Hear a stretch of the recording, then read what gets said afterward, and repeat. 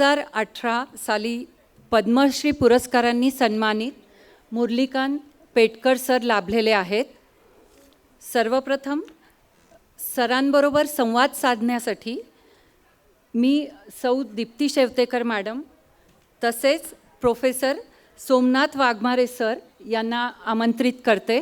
Professor Somnath Waghmare सरांना तसेच Deepti शेवतेकर मॅडमना सरांसाठी felicitation करावे अशी विनंती करते.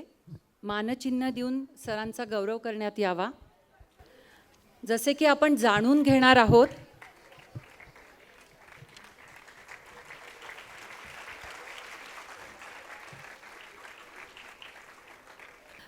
क्रीडा तसेच पॅरा ऑलिम्पिक सुवर्णपदक विजेते आहेत सर. पेटकर सरांना अर्जुन अवॉर्डनी पण सन्मानित केलेले आहे.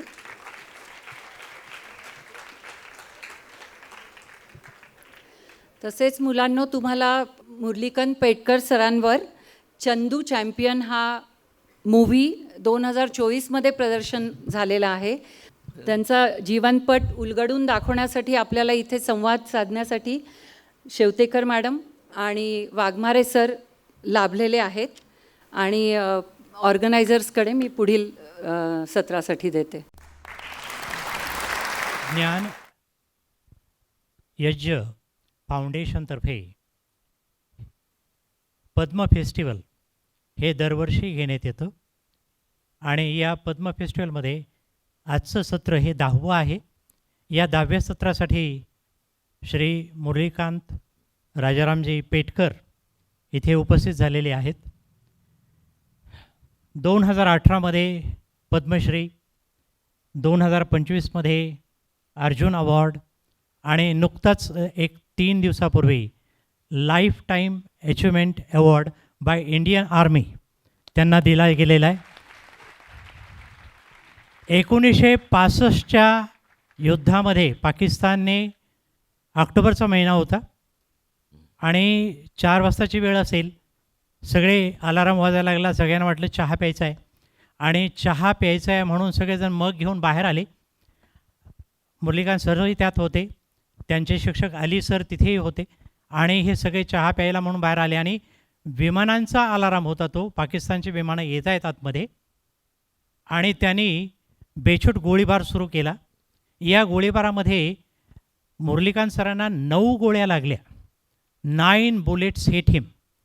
आणि या 9 गोळ्या लागल्या एक टँकर पुन्हा त्यांच्या अंगावरून मिलिटरीचा गेला. या सगळ्या प्रक्रियेमध्ये पुण्यानंतर हॉस्पिटलमध्ये 8 गोळ्या काढण्यात आल्या. 1 गोळी आणखीनही मणक्यात सरांच्या आहे. आता इतकं सगळं झाल्यानंतर म्हणजे सरांनी पॅरालिम्पिकमध्ये गोल्ड मेडल पहिलं भारतासाठी मिळवलेलं आहे. अतिशय अभिमानाची बाब आहे ही. आणि गोळ्या शरीरात लागल्या, शरीर म्हणजे त्याला खूप त्रास झाला, पण तरीसुद्धा शरीर अधू झालं, मन नाही झालं अधू. मन अजिबात अधू झालं नाही. हे मन सशक्त, एवढं सशक्त मन मुरलीकांत सरांचं आहे. मला असं वाटतं की आपण सर्वांनी 1 मिनिट स्टँडिंग ओवेशन सगळ्यांनी द्यावं.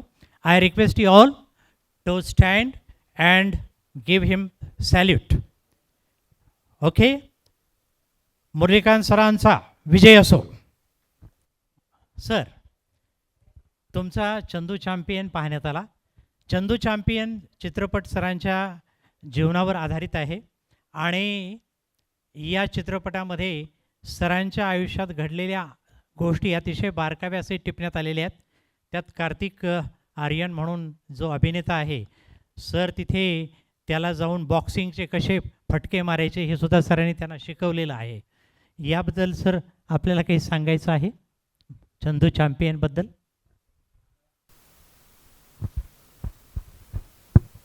नमस्कार. मी Padmashri Murlikant Rajaram Petkar, para Olympic gold medalist. आज आपल्या पुढे याच्यासाठी आलो आहे. बोल भारत माता की, बोल भारत माता की, बोल भारत माता की.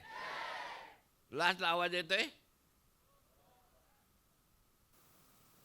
आतापर्यंत आपण गेस्ट येतात सगळ्यांनी पाहिले असतील, तर असे कोटावर मेडल वगैरे लावून असं कोणी येत नाही. तर मी आज आपल्या पुढं कोटावर हे मेडल कशासाठी लावून आलो आहे, की आपल्याला माझी पूर्ण माहिती मिळायला पाहिजे. आता इथं आहेत, यात पद्मश्री किती लोकांनी बघितली आहे. आता पद्म फसले आता 3 वर्ष झालं आपल्या इथं चालू आहे. पद्मश्री कोणी बघितली आहे? पद्मश्री कोणी बघितली आहे? ऑलिम्पिकचं गोल्ड मेडल कोणी बघितलं आहे? कोणी बघितलं आहे बघा टी व्हीला, याला अर्जुन अवॉर्ड कोणी बघितलं आहे? तर नाही. ॲक्च्युली माझा उद्देश असा आहे की तुम्हाला ऑलिम्पिकचं गोल्ड मेडल, पद्मश्री ही तुम्हाला बघायला मिळायला पाहिजे. ही बघायला मिळाल्यानंतर तुम्ही मनात विचार करू शकता की मी पेटकर सरांचं ऑलिम्पिकचं गोल्ड मेडल बघितलं, अर्जुन अवॉर्ड मिळालं, पद्मश्री बघायला मला मिळाली. हा तुम्हाला आनंद होईल. जसं मी सगळ्यात पहिल्यांदा खाशाबा जाधव ज्याने भारताला 3ऱ्या नंबरचं मेडल आणलं होतं, तर त्या टायमाला मी कराडमध्ये प्रेसिडेंट होतो. माझा भाऊ मला त्यांची मिरवणूक बघायला घेऊन गेला होता. तर त्या मिरवणुकीमध्ये मी त्या खाशाबा जाधव सरांना मी बघितलं आणि ते म्हणत होते, पब्लिक सगळं म्हणत होतं, खाशाबा जाधव की जय, खाशाबा जाधव की जय. असे 25-30 ट्रक, एक 10,000 पब्लिक इतके मोठे मोठे आले होते सगळे बघायला. तर त्या टायमाला मी लहान असल्यामुळं माझ्या भावाने मला, तुला दिसतंय का रे, तुला वरलं दिसतंय का? तर नाही दिसत. तर मग मला त्याने अजून त्याच्या खांद्यावर उभं करून मला खाशाबा जाधवला दाखवलं आणि त्या टायमाला मी ऑलिम्पिकचं गोल्ड मेडल आणणार हे मनात दही धरलं. तुम्ही चंदू चॅम्पियन यात की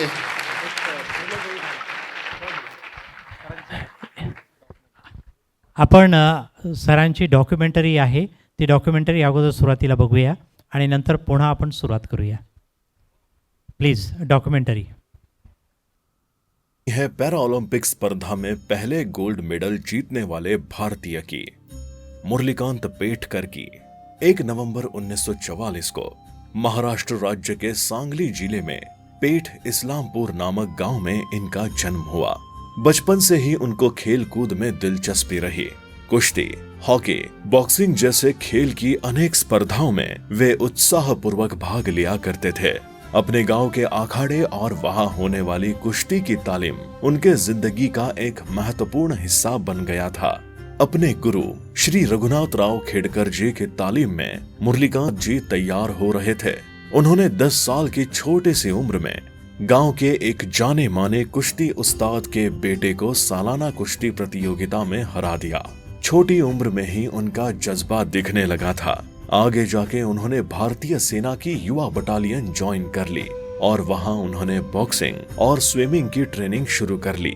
साल 1964 की टोक्यो इंटरनेशनल सर्विस स्पोर्ट्स प्रतियोगिता में उन्होंने भारत का प्रतिनिधित्व भी किया. 1965 साल को हुए भारत पाक युद्ध ने मुरलीधर जी की जिंदगी पलट दी. इस युद्ध में उन्होंने 9 गोलियां झेली और इसके पश्चात उनका एक नया संघर्ष शुरू हुआ. इस युद्ध पश्चात उन्हें अपंगत्व स्वीकार करना पड़ा, परंतु धैर्य और अटूट इच्छा शक्ति के बल पे उन्होंने इस प्रतिकूल परिस्थिति पे मात की. उन्होंने अब खेल के प्रति अपनी जिंदगी समर्पित कर दी. 1968 साल की मॉस्को में हुई पैरा ओलंपिक स्पर्धा में उन्होंने भाग लिया और 50 मीटर फ्री स्टाइल प्रतियोगिता में स्वर्ण पदक प्राप्त किया. अगले ही साल इंग्लैंड में हुए अंतरराष्ट्रीय पैरा ओलंपिक स्पर्धा में भी 50 मीटर फ्री स्टाइल प्रतियोगिता में स्वर्ण पदक प्राप्त किया. इस कठिन यात्रा में उनके साथ परिवार का अटूट सहारा रहा और अपने दोस्तों का साथ भी. उपचार के दौरान और उपचार के बाद अपने परिवार और आर्मी सहकारियों की सहायता से उन्होंने युद्ध की जख्मों, तनावपूर्ण यादों पे मात की. इतना ही नहीं, आर्मी के उनके सहकारियों के उत्तेजन की वजह से ही वे भारत के पहले पैरा ओलंपिक खिलाड़ी बने. 1972 की समर पैरा ओलंपिक्स में वे 50 मीटर फ्री स्टाइल स्विमिंग स्पर्धा में उन्होंने 37.33 सेकंड्स का विश्व विक्रम रचा और भारत का पहला गोल्ड मेडल हासिल किया. इसके बाद 1975 में इंग्लैंड में हुए इंटरनेशनल पैरा ओलंपिक स्पर्धा में उन्होंने जलतरण स्पर्धा में स्वर्ण पदक प्राप्त किया और अपना खुद का ही रिकॉर्ड तोड़कर नया विश्व विक्रम रचा। 1982 साल के हांगकांग SPIC क्रीड़ा प्रतियोगिता में उन्होंने जलतरण का स्वर्ण पदक और शॉट पुट के कांस्य पदक की कमाई की।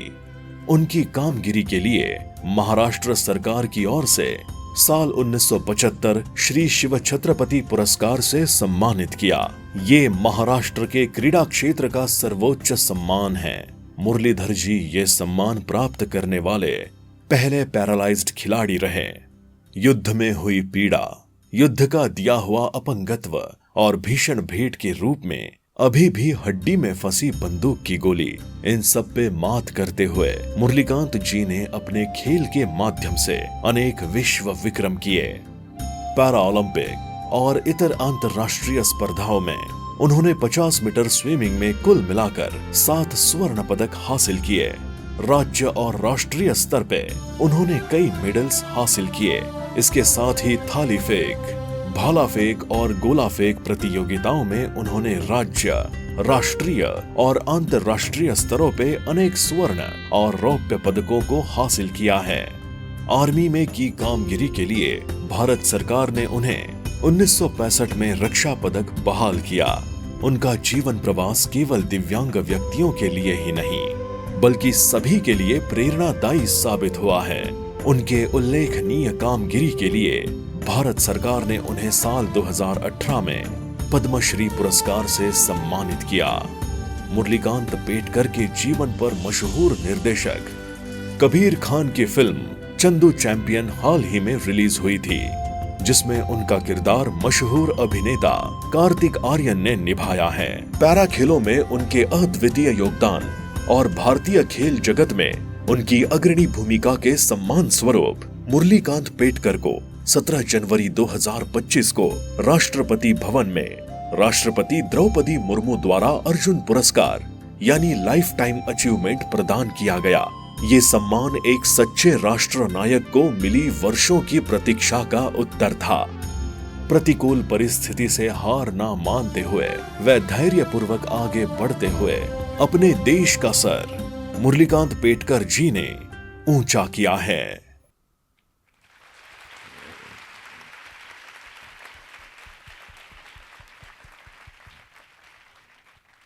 सर, तुम्ही सांगलीतून आहात आणि सांगली कोल्हापूर साईड ही मल्लांसाठी प्रसिद्ध असं ठिकाण आहे। तर तुमची जी सुरुवात मी पाहिल्याप्रमाणे किंवा मी ऐकल्याप्रमाणे ही कुस्तीने सुरू झाली, पण कुस्तीपासून तुम्ही स्विमिंगमध्ये कसे वळालात? बघा, मी पहिलं कुस्ती करत होतो. कुस्ती इतकी चांगली करत होतो की इतकं म्हणजे प्राधान्य मला मिळालं आणि मला ट्रेनिंग चांगले कोच मिळाले, चांगले शिक्षक मिळाले. त्याच्यामुळं मी कुस्तीमध्ये चांगलं नाव करू शकतो. आणि कुस्ती आर्मीमध्ये कुस्ती चालत नाही. मी एका गावच्या एका पैलवानाला म्हणजे बसतात जे असतात म्हणजे मास्टर, तर त्यांच्या बहिणीच्या मुलाला हरवलं म्हणताना मला गाव सोडायला लागलं. कारण काय, कुस्ती जर चालती तर आलेख इस्लामपूरचा पट्टा, आलेख कावेरीचा पट्टा, म्हणजे हे कावेरी गावात ही कुस्तीबाजी झाली. तर तिथं पैलवान 5 रुपयाचा पैलवान, 5 रुपयाचा पैलवान असं फिरवत आलं. तर त्याच्यावर मी कुस्ती करण्यासाठी गेलो होतो. हे तर खूपच छान, कारण त्या मातीमधून तुम्ही घडले आहात आणि तुमच्या जीवनावर तुम्ही जेव्हा सांगितलं की तुम्ही जेव्हा 10 वर्षांचे होतात तेव्हा इम्पॅक्ट हा खाशाबा जाधव नुकतेच ब्रॉन्झ मेडल मिळवून आले होते, जे की होलीसिंकी येथे झालं होतं. तर त्याच्यावरून तुम्हाला प्रेरणा मिळाली. त्या प्रेरणा मिळाल्यानंतर तुम्ही जे घडलात त्या प्रवासाबद्दल आम्हाला जाणून घेण्याची खूप इच्छा आहे की तुम्ही त्याच्यानंतर तुम्हाला असं वाटलं की मी आर्मीमध्ये तुम्ही गेलात आणि तिथे तुम्ही 2 गेम चेंज केले. तिथे तुम्हाला जेव्हा कळालं की कुस्ती ही तिथे नाही, कारण आर्मीमध्ये कुस्ती हा खेळ समाविष्ट आजही नाही आहे. तिथे ॲथलॅटिक्स आहे आणि बाकी इंडिव्हिज्युअल गेम्स आहे. तर त्यावेळेस मी ऐकलं की तुम्ही बॉक्सिंग हा तुमच्या जिगरी दोस्ताचा जो गेम होता तो तुम्ही आत्मसात केला आणि त्याच्यातही तुम्ही खूप छान केलं. जेव्हा तुम्ही एक धडधाकट आर्मी पर्सन होता, त्या प्रवासाबद्दल आम्हाला काही सांगता येईल? मी बॉईजमध्ये ॲक्च्युली छोटे बच्चा कबड्डी आहे, तर त्या बॉईजमध्ये मी मिलिटरीमध्ये भरती झालो होतो. तर त्याच्यामध्ये डिसिप्लिन वगैरे खूप होते. आणि मी पहिल्यांदा आर्मीमध्ये खेळायला गेलो तर क्लासेस वगैरे चालायचे, खेळ चालायचे. तर त्यामध्ये मी पहिल्यांदा हॉकी खेळ हा निवडला होता. हॉकीमध्ये मी इतकी चांगली हॉकी करत होतो की बस. पण मी मराठी असल्यामुळं मला कॅरडी लोक खेळायला पुढल्या याला चान्स द्यायचे, नॅशनललाच फक्त करू द्यायचे, असा हा प्रोग्राम चालला होता. आणि एक दिवशी असं एक दिवस होता तर सिलेक्शन, आज माझं हॉकीचं नॅशनलसाठी सिलेक्शन होणार. तर त्यासाठी मी हॉकीच्या ग्राउंडला कडलं येऊन बसलो होतो. तर रडत बसलो होतो की माझं सिलेक्शन होतं की नाही, होतं की नाही. पण मी लहान होतो, मला एवढं काही कल्पना नाही. तर माझं त्यावेळेला तिथं सिलेक्शन झालं नाही. तर माझे इन्स्ट्रक्टर तिथून आले, ते आली म्हणून आली, पेटकर काय करू रहे? सर मेरा सिलेक्शन. अरे क्या लड़की है, जवान की तरह बात कर. सर मेरा सिलेक्शन नहीं हुआ इसलिए मैं रो रहा हूँ. नहीं तुम क्या है, रोड़ा है? सिर्फ रोड़े का नहीं काम चलता है, ये सामने क्या चल रहा है, बॉक्सिंग चल रहा है. तुम एक काम करो, एक दांत तोड के लो, नाही तर दांत तोड के ले लो, असं बोलून केलं. आणि मग मी त्या दिवसा आणि इंडिव्हिज्युअल खेळ मी बॉक्सिंग हा त्या दिवसापासून हे केला. आणि इंडिव्हिज्युअल बॉक्सिंगमध्ये मी इंटरनॅशनल जपानला, टोकियोला मी 19 फाईट जिंकलो. 19 फाईटमध्ये जिंकल्यानंतर मी 20व्या फाईटला ओगांदा मागचं तुम्ही बघितलं, आफ्रिकेत सव्वा आफ्रिकेत लोक त्यांचं, ज्यांनी चंदूच्या पेठ किती लोकांनी बघितलं हात वर करा, तर त्यांनी बघितले की हा जो खेळ आहे बॉक्सिंगमध्ये कसं मारतात वगैरे. तर त्या टायमाला मला 19व्या फाईटला नॉकआउट केलं. तर साऊथ आफ्रिकेने आणि जगामध्ये एक लक्षात ठेवायचं, शरीराला सव्वा शेर असतो. मी एवढे घमंड करत होतो, मला कुणी हरवणार नाही असं ताकद होतं. पण तसं नाही, जगामध्ये शरीराला सव्वा शेर असतो. हे हे असं करून मी बॉक्सिंगमध्ये तिथं सिल्वर मेडल मला मिळालं. आणखी परत भारतामध्ये परत आलो. टोकियोमध्ये तुम्ही जेव्हा होतात, युगांडाच्या स्पर्धकाने तुम्हाला हरवलं वगैरे, हे आम्ही सिनेमात पाहिलं. पण तिथे काही जी गंमत झाली होती ती गंमत जरा आम्हाला सगळ्यांना सांगा ना. बघा, हर एक देशामध्ये आपण खेळायला गेलो, कुठल्या परगावाला खेळायला गेलो तर तिथं आपसमध्ये छोटी मोठी पार्टी देतात, कल्पना आहे ना पार्टी.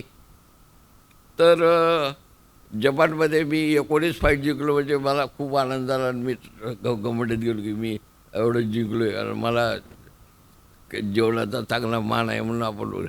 तर सगळेजण गेले, ताट घेऊन गेले. तर मी सेल्फ सर्व्हिस जेवणासाठी ताट असं उचललं आणि जेवायला असं गेलो. बाकी लोक मोठे मोठे प्लेयर होते, ते लोकसुद्धा ताट घेऊन आले. ते आणखी जेवायला सुरुवात झाली.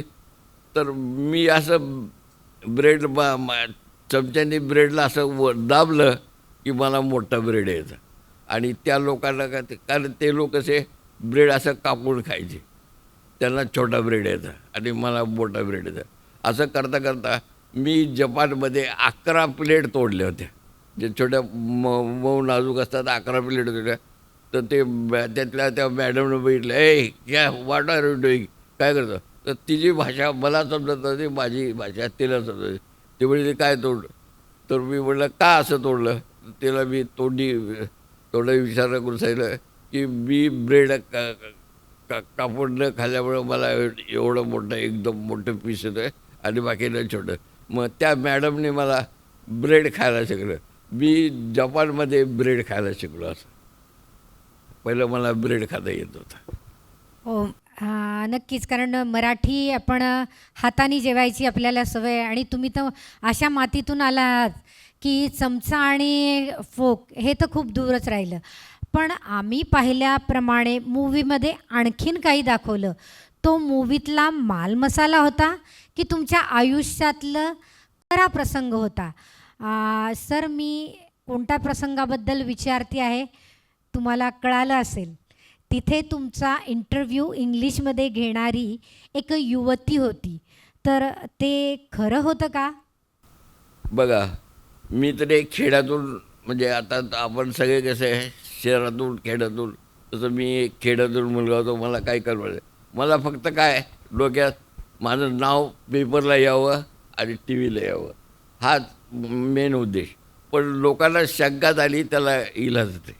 अच्छा, म्हणजे ती फक्त शंका होती किंवा तो नादियादवाला आणि कबीर खान यांचा माल मसाला असू शकतो. वाघमारे सरांना मी विनंती करते की त्यांनी पुढचा प्रश्न घ्यावा. आज मुरलीकांत सरांच्या पिढीमध्ये म्हणजे त्यांचे वडील राजारामजी स्वातंत्र्य सैनिक होते. सर मिलिटरीमध्ये गेले होते. अर्जुन त्यांचा मुलगा जो ॲम्युनेशन फॅक्टरीमध्ये काम करतो आणि स्पोर्ट्समध्ये सुद्धा सगळेच आहेत. तर या पिढीला म्हणजे एक पिढी घडवत गेली, दुसरीला, दुसरी, तिसरीला. सगळ्यात महत्त्वाची गोष्ट हे सगळं करत असताना मला सरांच्याबद्दल त्या सिनेमामध्ये जे पाहिलेलं आहे तसंच, आणि त्यांना म्हणजे त्यांच्या इंटरव्ह्यूजमधूनही ऐकलेलं आहे की सरांचा शाळेमध्ये फारसं काही चांगली प्रगती होती असं काही नाही. ते अनउत्तीर्णही झाले होते. तर तो प्रसंग जरा आम्हाला सांगाल का, आणि त्यातून शिक्षणाबद्दलचा एक विचार तुम्ही आम्हाला सांगावा. बघा, मी शाळेला दुसरी तिसरीला होतो. तर त्या टायमाला शाळेमध्ये सगळे टीचर होते. तर मी खाशाबा जाधवला ग्राउंडमध्ये म्हणजे ते कराडला ट्रॉफी घेऊन आल्याचं मी त्याला बघितलं आणि मनात मी विचारलं, ते मी गोल्ड मेडल आणणार, मेडल लावूंगा म्हणून असं केलं. तर शाळेत सरांनी आज सहज विचारलं, ए तुम क्या बनेगा? तो म्हणला, नाही मी डॉक्टर बनणार. ए तू काय बनणार? इंजिनियर बनणार. अरे तू काय बनणार? मिलिटरीवाला बनणार. तू काय बनणार? असं सगळं विचारलं. तर त्या टायमाला माझ्यावर नंबर आला. तर सरांनी मला विचारलं, तुम्ही काय बने? तर त्या टायमाला मी बाकी काय नाही, मी ऑलिम्पिकचा गोल्ड मेडल आणणार. हे असं माझ्या तोंडातून गेलं. तर बाकी गावाला कसं असतं की खेड्यामध्ये टोकन नावाने चिडवतात. तसं मला म्हटलं, ए चंद घे बच्चे. म्हणजे त्या टायमाला म्हणजे शाळेमध्ये काही चिडवायचं योग असतो, तर त्या टायमाला चंदू चंदू म्हणून चिडवायचे. तर तसं माझं नाव ते त्या ह्याच्यामध्ये शाळेमध्ये पडलं, चंदू. तर आजही मला चंदू बोलतात. चंदू नाही, चंदू चॅम्पियन आहे असं नाव पडलं.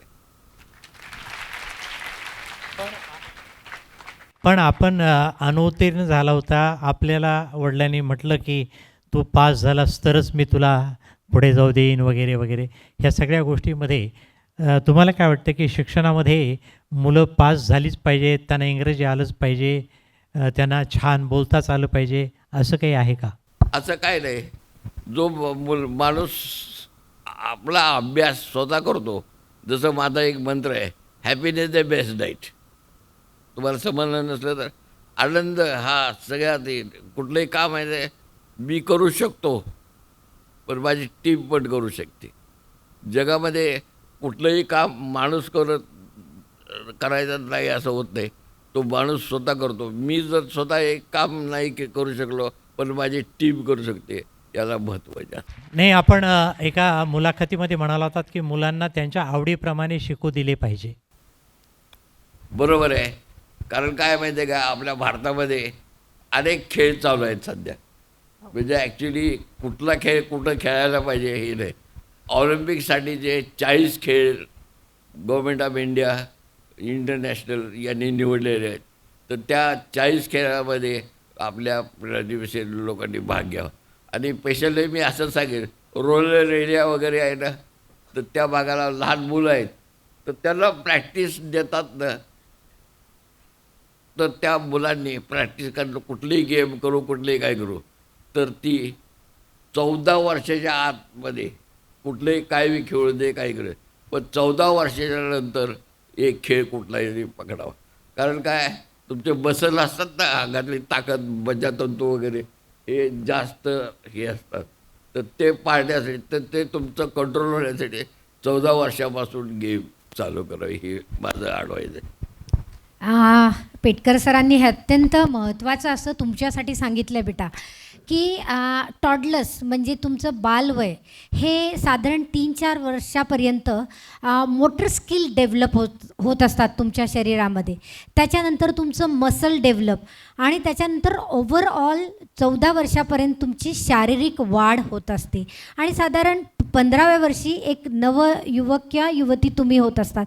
त्याच्यानंतर तुम्ही तुमचा गेम जो तुम्हाला खेळावा वाटतो किंवा तुम्ही ज्याच्यासाठी ट्रेनिंग घेणार आहात तो साधारण या वयात सुरू करायला हवा.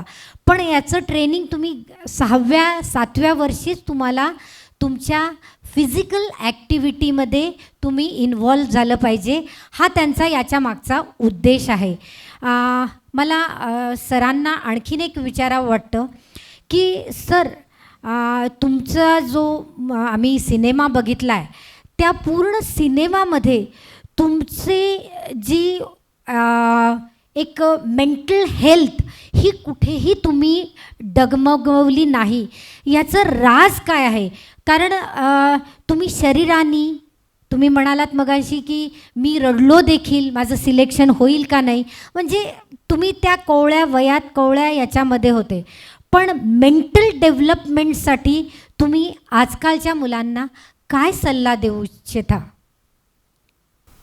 सल्ला आहे की आपण जे खेळ करतोय तो परफेक्ट माझ्या मनात एकच पक्का खेळ मनात धरला पाहिजे, नाही तर अर्ध मन इकडं अर्ध मन तिकडं असं नाही. आणि दुसरी गोष्ट काय, तो करू शकतो, मी का करू शकत नाही, हा मंत्र मात्र लक्षात ठेवा. जसं मी सांगतो हॅपीनेस द बेस्ट डाईट, तसं तुम्ही ताकदीनं हुशार व्हा आणि तुम्हाला मदत. आता पूर्वी सरकार मदत करत नव्हतं, आताच्या जमान्यामध्ये पहिलं कसं लोक म्हणतात काय काय की हे लंगडे, हे पागळे असं म्हणत होतं, आता तसं म्हणत नाही, हे दिव्यांग करून बोलवतात, अपंग बोलवत नाहीत. तरी केलं आहे तर सरकार आता फायनान्शियल म्हणजे तुम्हाला तुमच्या आईवडिलांना गव्हर्मेंट आता फक्त पेन्शनच द्यायचं बाकी आहे. आम्ही लोकांनी पेन्शन वगैरे सगळ्यांना चालू केलेली आहे, तर त्या पेन्शनमध्ये तुमच्या सगळ्यांचा वगैरे. आणि खेळ हा भारताचा खेळ सगळ्यात जास्ती टॉपमध्ये आणि आपले टॉपमध्ये.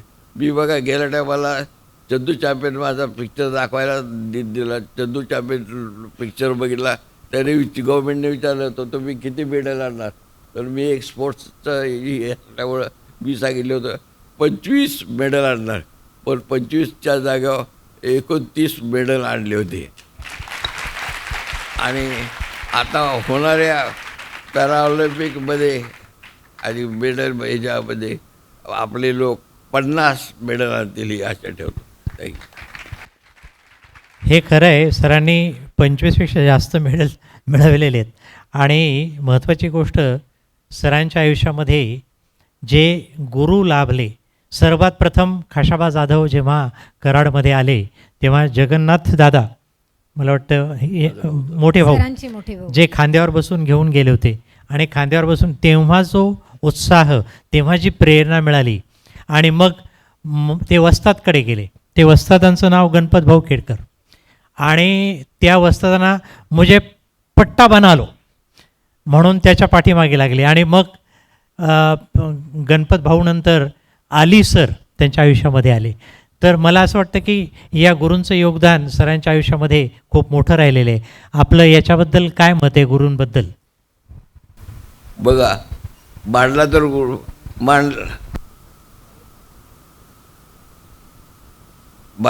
माझे ॲक्च्युली सिटीमध्ये शिकलेले सर जे गुरु होते ते जावळे सर म्हणून होते.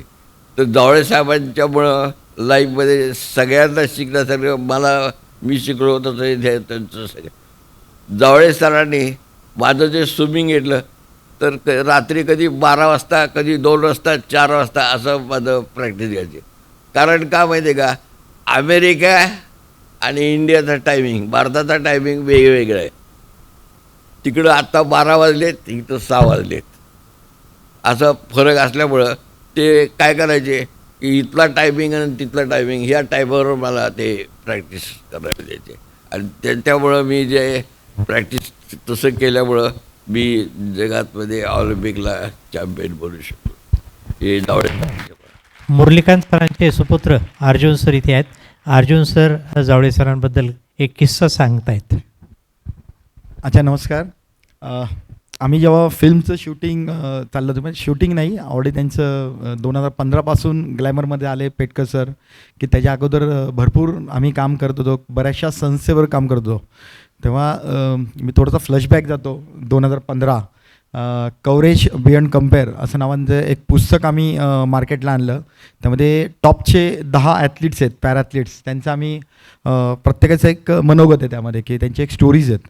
मग त्या स्टोरीच्या रिगार्डिंग जेव्हा आम्ही सर्च करत होतो तेव्हा जावळे सरांबद्दल माहिती मिळाली, की आम्ही फक्त अली सर एक फिल्मी दुनियामध्ये असतं, की बाबा असं कसं आहे काय, की असा कसा माणूस असू शकतो की आजही बुलेट लावल्यानं तो समोर बुलेट त्यांच्या स्पाईनमध्ये आज आहे. मित्रांनो, आम्ही त्याला म्हणतो 1965ची तुम्हाला ते गिफ्ट दिले पाकिस्ताननी, की आजही तुम्ही 50-55 वर्षात ते घेऊन फिरताय.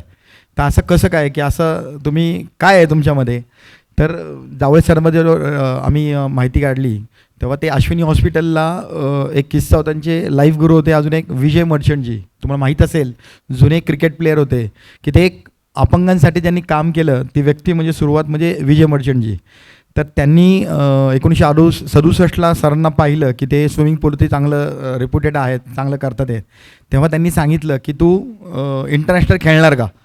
तर म्हटलं सर खेळेल, पण मला एकदा जाऊन बघून तर द्या कसं आहे काय. मग त्यांनी प्रॅक्टिस सरांनी केली आणि त्यांना पहिलं आंतरराष्ट्रीय मेडल आलं 1968 टेल अविवला, स्टॉक मेंडेवले आणि तिकडं तेल अविवला. तिथून आल्यानंतर सरांना विचारलं की मुरलीला विचारलं की विजय मर्चंट सरांनी, मुरली काय बाबा तू आपण भारतीय प्लेयर्स आंतरराष्ट्रीय लेवलवरती आणू शकतात का. म्हटलं सर मी आता त्या आर्मीवाल्यांवर प्रॅक्टिस करतो आहे, पण मला एक चांगला गुरु मिळाला, म्हणजे चांगला कोच मिळाला तर कसं राहील, म्हणजे चांगलं रिझल्ट आपण आणू शकतो. मग तेव्हा मुंबई कबूतरखान्याला जावळे सर होते, ते तिथं जिमखान्यामध्ये प्रॅक्टिस घ्यायचे. मग त्यांना इंडियन आर्मीकडून रिक्रूट करण्यात आलं आणि त्यांनी मग अश्विनीमध्ये त्यांची अजून 2 ठिकाणी त्यांनी प्रॅक्टिस घेतली. त्यांनी जो किस्सा सांगितला की त्यांनी खूप थोडक्यात सांगितलं की अमेरिकेचं टायमिंग किंवा ह्याचं टायमिंग. तर सगळ्यात मित्रांनो, बाहेरच्या देशाचा आणि आपल्यामध्ये टाईम झोन हा सगळ्यात मोठा प्रकार असतो. त्यामध्ये 2 तास पुढे 2 तास मागे, सिंगापूर मागे आहे. तुम्ही जर पुढं गल्फला किंवा युरोप साईडला गेला की 4 तास 6 तास 8 तास 12 तास आपल्या देशाच्या ह्याच्याने पुढे. तर सर काय करायचे, रात्री 12 वाजता 3 वाजता दुपारी 11 वाजता मनाला येईल तेव्हा असं सरांना पोहायला घेऊन जायचे, एका अपंग असताना 1968 नंतर. मग तेव्हा सरांना कळलंच नाही की अरे म्हणले काय आहे. तर त्यांचं झाले भांडणं की अरे म्हटलं सर सगळे तिथे नाश्ता करतात, जेवतात, झोपतात आणि तुम्ही मला इथं स्विमिंग पूलवरती आणतात, तर हे बरोबर नाही. तर सरांना सांगितलं अरे असं नाही मुरली, तू जरा समजून घे. मित्रांनो, आत्ता आपल्याकडे मोबाईल आहे, तुम्ही आत्ता लगेच 2 मिनटात बघू शकता तिकडचा टायमिंग काय आहे. पण मी तुम्हाला गोष्ट सांगतो नाही, सांगतोय 60 ते 65 वर्षापूर्वीची गोष्ट सांगतोय, की त्यावेळेस फक्त आणि फक्त टेलिफोन तो पण बघायला मिळायचा. स्क्रीनचा जो मॅमनी सांगितला, आज एका मोठ्या स्क्रीनवर दिसणं 60 वर्षापूर्वी म्हणजे खूप मोठी गोष्ट आहे. इवन पेटकर संजय त्यांच्या लाईफमध्ये 2000 नंतर फोटो आलेले आहेत, की काही मोजकेच एक 10-15 फोटो आहेत त्यांच्या आयुष्यात की त्यांनी एवढं उपलब्धी केल्याचं. तर जावळे सरांनी त्यांना दाखवली डायरी की माझा एक मित्र आहे, मी तिकडचे टाईम झोन करतो आहे आणि मी तुला त्या हिशोबात प्रॅक्टिस करतो आहे, की तू इथं मला परफॉर्मन्स देशील, पण जेव्हा तू बाहेरच्या देशात जाशील ना 2 ते 3 तास, तेव्हा तू स्विमिंग पूलवरती तुला झोप येईल आणि तुझी इंजुरी येईल किंवा मग तुला असं थकल्यासारखं होईल. आणि हा आपल्या भारताला मिळणारा अवॉर्ड जे आहे, म्हणजे मेडल्स मिळणार, हे आपण हुकू म्हणजे आपल्याला मिळणार नाही. तर आम्ही तुला त्या मार्गदर्शन बघतो की तुला ते मिळायला पाहिजे. म्हणून मग सरांनी कंटिन्यू तुम्ही प्रॅक्टिस आहे. तुम्ही जर फिल्ममध्ये पाहिलं असेल की कार्तिक आर्यन पोहतो आहे छानपैकी आणि संध्याकाळचं मग सकाळपर्यंत सूर्य उजळतो आहे. सर त्यांच्या 24 तासाच्या लाईफमध्ये 16 ते 18 तास वर्कआउट करायचे. कॅन यू इमॅजिन, तुम्ही इमॅजिन करू शकता. आणि सरांचा अजून एक प्रश्नाचं उत्तर असंच होतं की मॅमनी मगाशी विचारलं की असं काय होतं. तर जेव्हा आम्ही त्यांचं एक रेकॉर्ड काढलं 1968 म्हणजे त्या जर्मनीचं जो पिक्चर म्हणजे दाखलं म्युनिचला जे काही झालं की म्युनिचनंतर मग ती शिफ्ट झाली हेडलबर्गला, तेव्हा पेटकर सरांना 3 महिन्यासाठी हेडलबर्गच्या सिटीमध्ये थांबवण्यात आलं आणि त्यांना तिथं वर्कआउट करण्यात आला. तर तिथं काय आहे की पेटकर सरांनी अगोदर ठाण घेतली होती की मला मेडल मिळणार, मी मेडल आणणार, पण मल्टिपल स्केल म्हणजे मल्टिपल खेळात. पिक्चरमध्ये आम्ही फक्त 3 खेळ दाखवलेत, पण पेटकर सर जे आहेत ना ते 7 खेळ खेळायचे. म्हणजे आम्ही दाखवलं की कुस्ती, 2 नंबरला दाखवलं बॉक्सिंग आणि 3 नंबरला दाखवलं स्विमिंग. पण पेटकर सर मध्ये बोलून गेले की मी हॉकी पण खेळायचो जी. आणि नंतर आम्ही जेव्हा त्यांचं रेकॉर्ड काढलं ते 1968ला मुरलीकांत पेटकर वर्ल्ड रँकिंग 28 आहे टेबल टेनिसमध्ये. जेव्हा माझ्या टीमने आम्ही हे जर केलं आम्ही पण 2 मिनटं शॉक की अहो दादा म्हटलं तिथं कसं काय घुसलं तुम्ही. तर म्हटलं अरे मी माझा प्रवास जो होता वयाच्या 13व्या वर्षी त्यांनी घर सोडलं आणि वयाच्या 19व्या वर्षी मित्रांनो त्यांना 9 गोळ्या लागल्या. किती वर्षी? वयाच्या 19व्या वर्षी. त्यातले 2 वर्ष ते कोमामध्ये होते. तर त्यानंतर म्हणजे ते बॅचलर होतेच, पण त्यांनी तेव्हा जेव्हा जाग आली त्यांना ठरलं की मला आता काहीतरी करायचं आहे. तर माझे जे मित्र होते त्यांनी मगाशी येऊन सांगितलं की मित्र चांगला असावा, की मी नाही करू शकत पण माझ्या मित्रांमुळे मी आज घडलो की मित्रांवरती पूर्ण विश्वास ठेवला. तर तेव्हा त्यांचे मित्र म्हणायचे की एक शॉर्टपुटवाला की अरे माझ्यावर येतोस का. तर ते म्हणजे चल मी बेडवरच जर बसलो अश्विनी हॉस्पिटलच्या तर मी वेडा होऊन जाईल. तर जॅव्हलिंग मला यायचा. तर तो म्हणलं दादा बाबा म्हणायचे चला मी पण येतो. मग असं करून त्यांची मैत्री झाली. त्यांनी त्यांना खेळ शिकवले, त्यांना वेटलिफ्टिंग शिकवलं, आर्चरी शिकवली, शॉलॉंग शिकवले, असे बरेचसे खेळ शिकले. तुम्ही जर 1972चं जर सरांचा रेकॉर्ड काढताल तर भारतातले ते एकमात्र प्लेयर आहेत की ते 3 खेळामध्ये त्यांनी ऑलिम्पिकची फायनल गाठलेली आहे.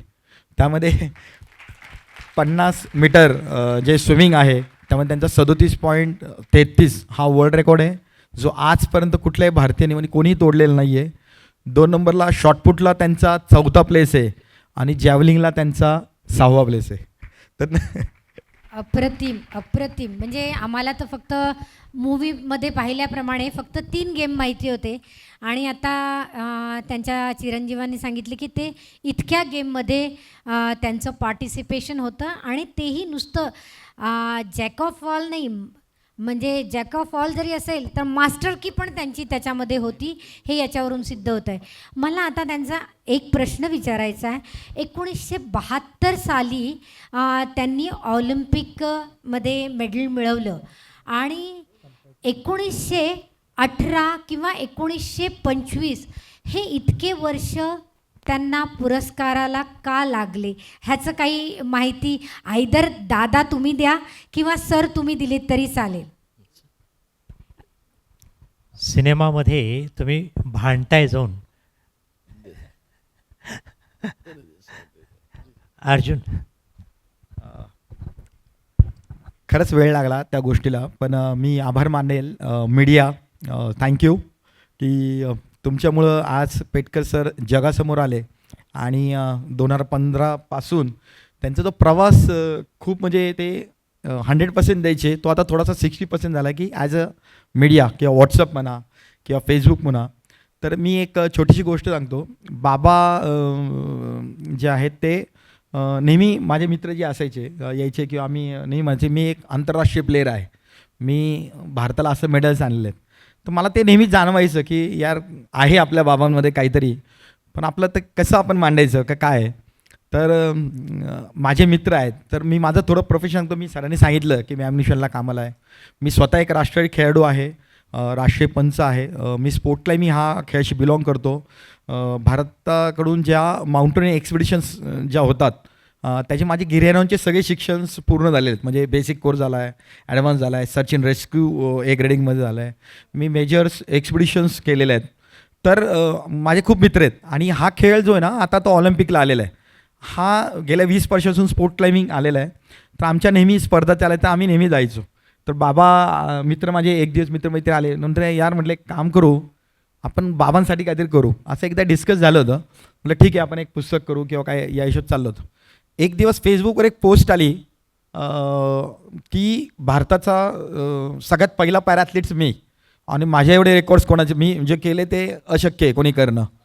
मग माझे जे कॉन्टॅक्ट्स होते, आम्ही कलकत्ताचे मित्र आहेत, साऊथचे मित्र आहेत, बरेचसे हिमाचलचे आहेत माझे. त्यातल्या माझ्या एका मित्रांनी एकदा तो आला होता गणपतीमध्ये, तेव्हा तो बाबांना भेटला होता आणि त्यांनी तिथं ट्विट केलं की सर म्हटलं तुम्ही तुमचे शब्द मागे घ्या, की तुमच्या अगोदर एक भारतामध्ये असा व्यक्ती होऊन गेलेला आहे की त्यांनी खूप केलेलं आहे आणि त्यांचं नाव मुरलीकांत पेटकर आहे आणि तो माझ्या मित्रांचे बाबा आहेत. तर इथून 2015ला फेसबुक पोस्ट आली आणि नंतर मग त्या व्यक्तीने त्यांना विचारलं कोण आहेत, म्हटलं पेटकर सर कुठं असतात काय, आणि इथून तो प्रवास चालू आला. आणि नंतर आम्ही सुरुवात केली की मित्र म्हटले, मैत्रीण म्हटले, प्राजक्ता घोडे आहे स्पेशली, श्रीपाद आहे आमचा कपिल आहे, आमचे अनिकेत आहेत, आज अर्जुनसारखे आहेत ना सरांबरोबर 36 जणं बाबांच्या ऑरामध्ये असतात. म्हणजे अर्जुन जरी नाही म्हटला की मला आज प्रोग्रामला जाणार नाही, तर तिथं कपिलसारखे किंवा अनिकेतसारखे आमचे फ्रेंड सर्कल जातात, त्या प्लॅटफॉर्मवरती बसतात बाबांबरोबर आणि बाबांच्या खानदानातून लोकांसमोर सांगतात काय आहे. तर त्यावेळेस आम्ही वेबसाईट बनवायचं सुरुवात केली. मित्र म्हटला मी वेबसाईटचे हक्क घेतो, मैत्रीण म्हटली मी तुला पूर्ण बाबांचं डॉक्युमेंट स्कॅन करेल, आणि मी म्हटलं मी काय असेल पैसे दिले भाऊ, मला तर 12 तास माझ्याकडे मोबाईल नसतो, पण माझं सहकार्य तुम्हाला असेल. म्हटलं अरे दादासाठी काही, आणि आम्ही ते सुरुवात केली. आम्ही वेबसाईट एक मजा म्हणून बनवली, murlikanpetkar.com. आजही माझी वेबसाईट आहे. माझ्या वेबसाईटवरती माझाच नंबर आहे की बाबा जास्त बोलत नाही आणि मी बोलतो आणि माझ्याकडे असतात. आजही माझ्याकडे किती मिस कॉल आले तरी 35-35, 60-60 मिस कॉल आलेले असतात. त्यांना मी सगळ्या लोकांना दिवसभरात अटेंड करतो ऑफिसहून आल्यावर. तेव्हा एक आम्ही याचं लॉन्चिंग केलं, म्हणजे 1 वर्षभर आम्ही त्याचं हे केलं. पण जशी वेबसाईट आम्ही लॉन्च केली त्यानंतर 20 दिवसांनी एक फोन आला BBC चॅनलचा लंडनवरून, सुशांत मोहन त्या व्यक्तीचं नाव. म्हटलं की सुशांत ने कहा कि यार सर मैं सुशांत मोहन बोल रहा हूँ दिल्ली से, सॉरी लंदन से, BBC चैनल थ्रू हमें एक मेरा एक ही सवाल है, पेटकर सर जिंदा है क्या. मी असं 2 मिनटं शॉक झालो. अरे म्हटलं असं कसं काय, म्हणजे क्यों, काय झालं. नहीं म्हटलं एक ही सवाल था, पेटकर सर जिंदा है क्या. म्हटलं हाँ, म्हटलं वो तो जिंदा है, वो पुणे में है मेरे साथ, मेरे बाबा है.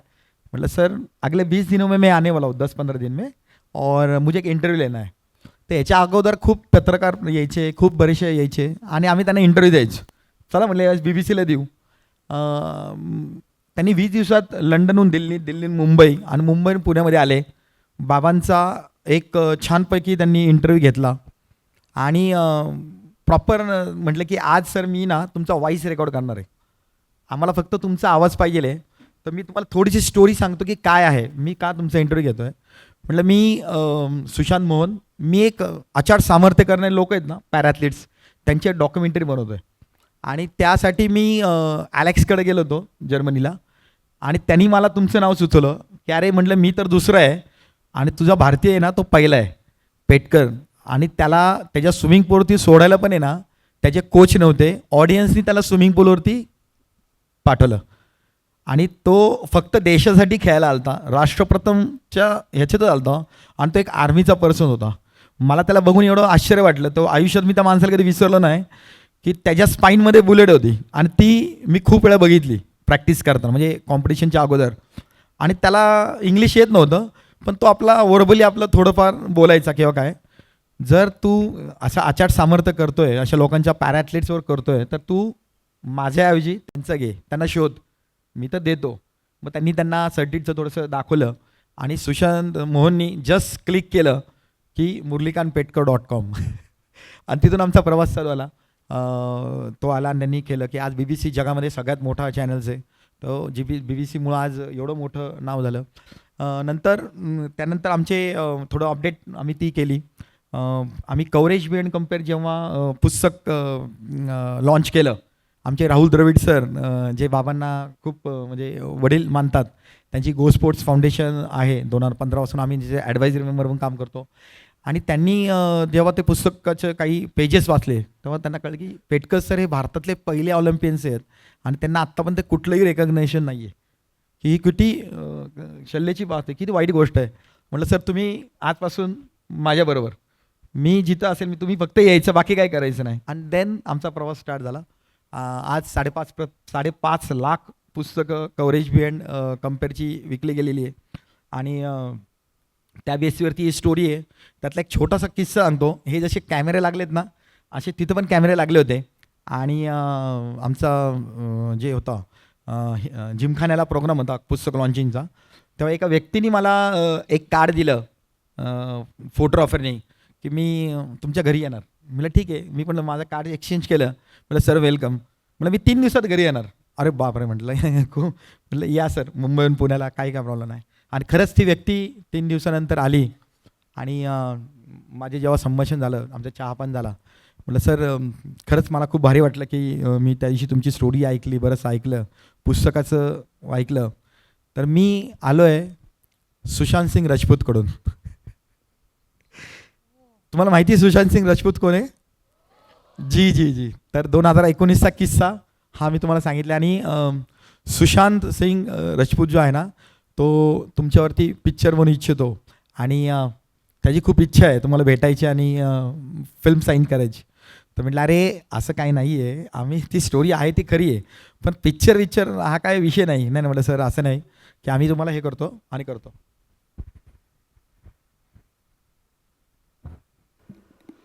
XUV 700 8689 आपल्यापैकी कोणाची आहे?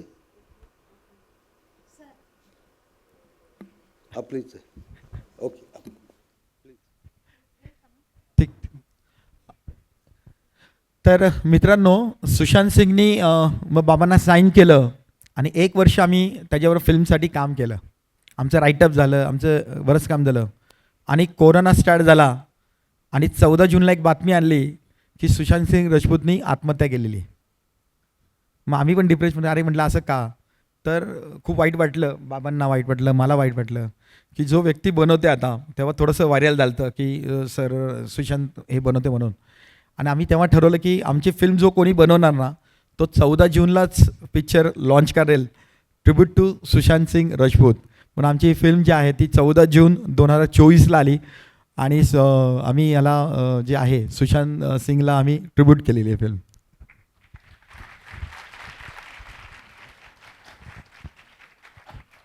मुरलीकांत सरांच्या घरी मी 3 दिवसापूर्वी फोन केला होता आणि त्यांच्या मुलीशी मला वाटतं बोलणं झालं.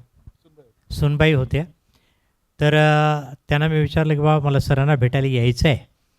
तर त्या म्हणाल्या की अर्जुन सर आणि मुरलीकांत सर दिल्लीला गेलेले आहेत आणि दिल्लीला इंडियन आर्मीचा लाईफ टाईम अचिव्हमेंट अवॉर्ड त्यांना दिला जाणार आहे. म्हणजे सर त्याच्या अगोदर मुरलीकांत सरांना पालसीचा अटॅक येऊन गेलेला होता आणि तरीसुद्धा या सगळ्यामध्ये फिजिओथेरपीचे उपचार झाल्यानंतर सर तिथून पुन्हा दिल्लीला गेले, दिल्लीहून पुण्यात परत आले, पुण्यातून इथे आले, आता इथून पुन्हा वर्ध्याला जाणार आहेत.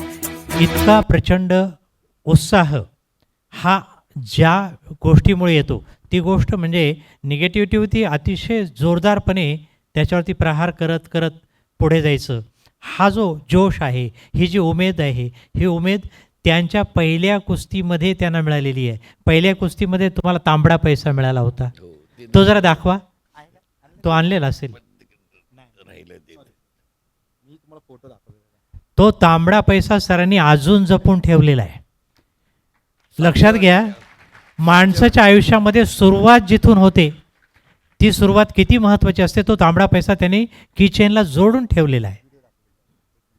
हा 1 मिनिटाचा व्हिडिओ तुम्ही पाहतो.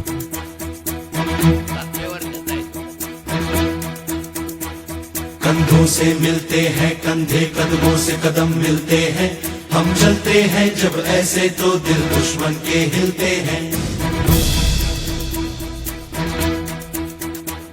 कंधों से मिलते हैं कंधे, कदमों से कदम मिलते हैं, हम चलते हैं जब ऐसे तो दिल दुश्मन के हिलते हैं. अब तो हमें आगे बढ़ते हैं रहना, अब तो हमें साथी है बस इतना ही कहना. अब तो हमें आगे बढ़ते हैं रहना. हे कालच्या कार्यक्रमाचा आर्मीने जो अचिव्हमेंट अवॉर्ड दिलेला जो भी हो शोला बनके पत्थर है पिघलाना. अब जो भी हो बादल बनके पर्वत पर है छाना। तुम्हाला हे स्क्रीनवरती दिसतं का छोटासा एक गोल पैसा दिसतो का जुन्या काळातला? हा सॉरी स्क्रीन दाव ओके मित्रांनो दिसतं का स्क्रीनवर? हा त्यांच्या आयुष्यातला तुम्ही जर फिल्म बघितलं असेल ना की सगळ्यात पहिलं मेडल म्हणजे त्या कॉम्पिटिशनच्या अगोदर एक छोटीशी स्पर्धा झाली ती त्यांच्या आयुष्यातली जी पहिलं मेडल आहे ते म्हणतात की हे माझं पहिलं मेडल आहे आणि आजही ते त्यांच्या खिशामध्ये असेल सॉरी थोडंसं राहिलं ते माझ्याकडून हे आहे ते आजही म्हणतात की माझं ऑलिम्पिकच्या मेडलच्या अगोदरचं पहिलं मेडल हे आहे. मुरलीकांत सरांच्या याच्याबद्दलच्या भावना काय आहेत ते आपण जाणून घेऊया. बरं आता मी तुम्हाला प्रॉमिस केलं होतं सगळ्यांना गिफ्ट देणार आहे, बरोबर आहे? आता कुठं गिफ्ट घ्यायच्या आता वेळ आलेले थोडं ब्रेन फ्रेश करा. मला आत्तापर्यंत 476 सुवर्णपदकं मिळाले आहेत. पदकांचा राजा ही मला गव्हर्मेंट ऑफ इंडियाने पदवी दिलेली आहे. मला अनेक सुवर्णपदकं वगैरे सगळे मिळाले. आता आपण आहे तर गिफ्ट द्यायचं मी प्रॉमिस केलं त्यावेळेस. आता माझ्या हाताकडं तुम्ही लक्ष द्या तर तुम्ही हे करू शकता का नाही बघा ट्राय बघा जमते का? कुणाला जमलं नाही त्यांनी माझ्याकडे तर फ्रीमध्ये त्याला हे करणार मी. बोट जोडायचं आणि करायचं आहे. कुणाला जमलं नाही त्याला फ्रीमध्ये मी शिकवणार आहे, त्याची गिफ्ट घेणार नाही. बघितलं? आणि हे माझे मेडल कसे आहेत हे माझा मुलगा थोडं सांगेल. एक आपण मेडल्स बद्दल अर्जुन सर माहिती देतील. सरांना थोडंसं आपण पालसीमुळे थोडंसं कमी बोलायला आपण हे करतोय. मेडल्सबद्दल सर माहिती देणार आहेत. मला फक्त सरांना एक प्रश्न हा विचारायचा की आता ही सगळी मुलं जी बसलेली आहेत अगदी तरुण आणि लहान लहान मुलं आहेत ज्यांना जीवनामध्ये अनेक ध्येय उद्दिष्ट गाठायची आहेत. या सर्वांना पुढे लक्षात घेऊन विकसित भारताबद्दलचं तुमचं मत जे काय आहे ते जरा तुम्ही सगळ्यांना ऐकवावं अशी माझी इच्छा आहे. मी आत्ताच 5 मिनटापूर्वी तुम्हाला सांगितलं होतं की मेडल्स हे भारताला आलं आहे, आपण आलं आहे. उद्याचं जे जनता हे gold medal Olympic gold medal काय आणणार आहे तो उद्या तुम्ही जनतेचे आधार तुम्ही आहे. तुम्ही देशाला पुढे नेणार आहे, तुम्ही देशाला सगळं हे करणार आहे. माझं काय आता ओल्ड मी झालं आता मला 84 वय झालं आणि अजून वाढणार आहे. तर देशाचं उत्सव तुम्ही म्हणणार आहे तर आता मला विचारायचं आहे की यामध्ये सगळ्यांनी पहिले पद्मश्री आणि ऑलिम्पिकचं गोल्ड मेडल कोण आणणार आहे? हात वर करा बघू. गोड 1 2 3 4 5 बरं वरती फक्त 3च दिसतं बाबा मेडल आणणार आहे. जोश आणणार आहे तर असं म्हणा. सरांनी प्रश्न विचारला आहे की मी इकडं आलो आहे आणि याच्यानंतर माझं भाषण ऐकलं तर किती जण गोल्ड मेडल किंवा त्यांच्या क्षेत्रामध्ये आणताल. फार छान प्रतिसाद आहे सगळ्यांचा. प्रतिसाद छान आहे. हात खाली घ्या. मी या प्रश्नाचं उत्तर देऊ इच्छितो. 2036 आम्ही विजन केलेलं आहे. तुम्ही आत्ता जर क्लिप बघितली तर याचे आयकॉन जे होते पेटकर सरच होते. कुठली एक भूमिका मांडायची असेल तर तुमचं रोखोक त्या गोष्टीने पाहिजे तर मी फ्लॅशबॅक जातो 2013ला एक आम्ही मोठा संकल्प केला होता खेलो इंडिया. कोणाला माहिती का 2013ला पहिली मीटिंग झाली खेलो इंडियाची. पण आमचे सर आहेतच तर पहिली मॅचेस स्टार्ट झाली 2019ला. मित्रांनो 6 वर्ष लागले की मुलांसाठी खेलो इंडिया आणावं आणि गव्हर्मेंटला ते मांडावं.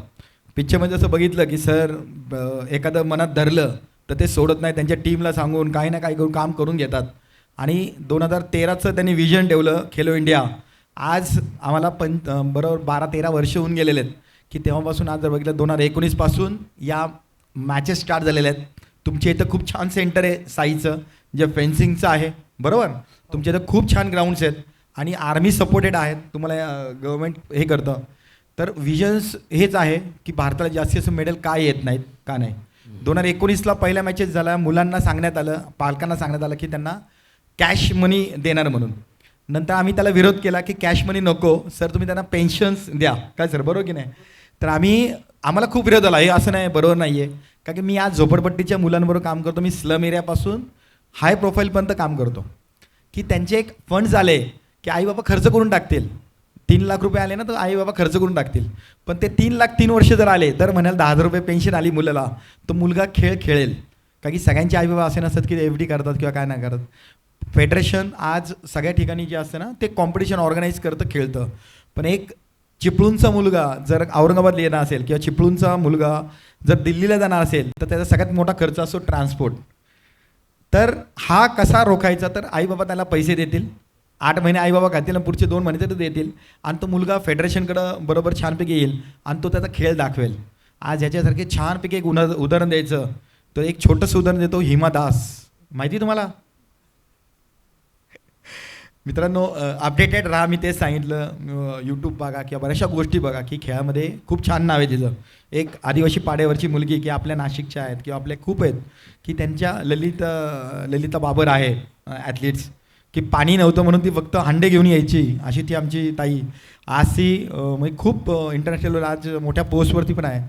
तर त्यांनी मग सुरुवात करत आम्ही हा प्रोजेक्ट राबवला. आज छानपैकी करत हा विषय होता अंडर-17साठी.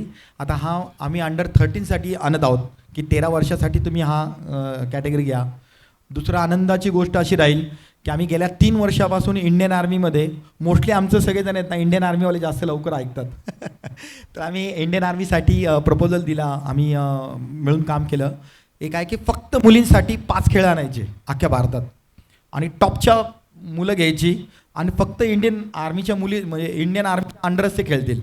आणि इंडियन आर्मीला ते पटलं तर बाबांनी सांगितलं की 14 वर्ष कॅटेगरी पाहिजे. मी तर सांगतो की आईबाबांनी त्यांच्या मुलांना 13 वर्षापर्यंत मुलांनी कुठं जाऊ नये, प्रचंड त्रास द्यावा आईबाबांना, आईबाबांचा हक्क एकदम हे करावा.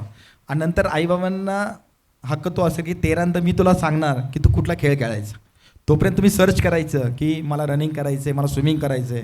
बाबा जसे बोलले की ऑलिम्पिकले जे 40 खेळ आहेत, आता जवळजवळ 44 खेळ झालेत या मागच्या फेडरेशन मिटिंगला. आणि तर त्या पद्धतीने तुम्ही हे घ्या. फेडरेशन बरेच असतात, बरंच त्रास होतो, पण तुम्ही पण हुशार आहात. यूट्यूबला याच्यात फेडरेशनच्या माहिती येतात, अपडेट येतात. तर तुम्ही ते खेळ 5 जे आहेत त्यातल्या मुलींसाठी आम्ही स्पेशली सांगतो. बॉक्सिंग, आर्चरी, सायकलिंग, वेटलिफ्टिंग आणि एक मला वाटतं स्विमिंग, असे 5 खेळ आम्ही दिलेले आहेत. आज 13 वर्षाच्या मुलीच का तर त्यांच्या लिगामेंट सगळ्यांच्याच म्हणजे लिगामेंट जे असतात ना त्या 13पर्यंत नाजूक असतात. काही अपवाद खेळ आहेत मित्र, मी असं म्हणतो जिम्नास्टिक आहेत किंवा 2-3 खेळ की त्यांना तुम्हाला लवचिक असायलाच पाहिजे. पण ज्यांचे विजन स्ट्रॉंग आहेत की मला आता पुढचे करायचे आहेत, तर मित्रांनो 13 वर्षच का आम्ही फोकसिंग करतोय, तुम्ही कधी ऑब्झर्व केलं का? तर 13 वर्ष का? तर प्रत्येक आईबाबाचं एकच स्वप्न असतं की मुलाचं जॉबचं काय. तर आम्ही त्यासाठी केलं की 13 वर्षानंतर तो 10 वर्ष इंडियन आर्मीमध्ये असेल, 10 वर्ष तो आर्मीच्या ट्रेनिंगमध्ये असेल, एक तरी इंटरनॅशनल आणेल ना.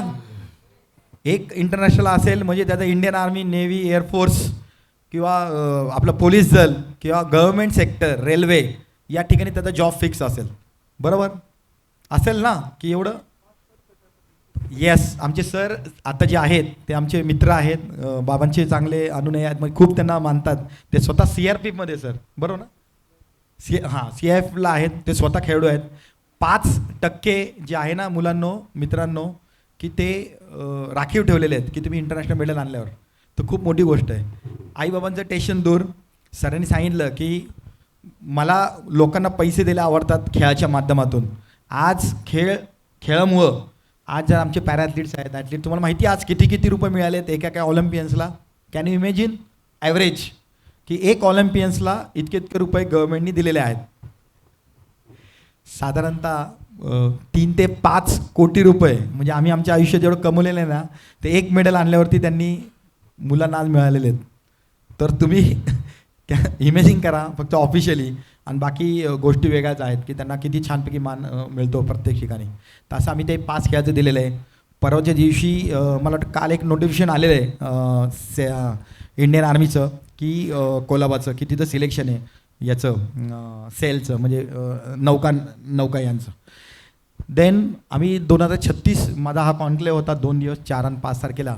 तर इथं आमचं विजन तेच होतं की 2036ला आम्ही मॅक्स म्हणजे ऑलिम्पिक ऑर्गनाईज करतो आहे, ऑलिम्पिक करतो आहे. पण ह्याच्यासाठी आमचे जास्तीत जास्त कशा पद्धतीने आणू, तर आता आम्ही पुढचा प्रयत्न केला. पहिली पायरी आहे आमची 2030 कॉमनवेल्थ, 2032 ऑलिम्पिक आणि 2036 परत ऑलिम्पिक. तर आम्ही तुमच्यासारखीच मुलं आता हेरत चाललेलं आहे.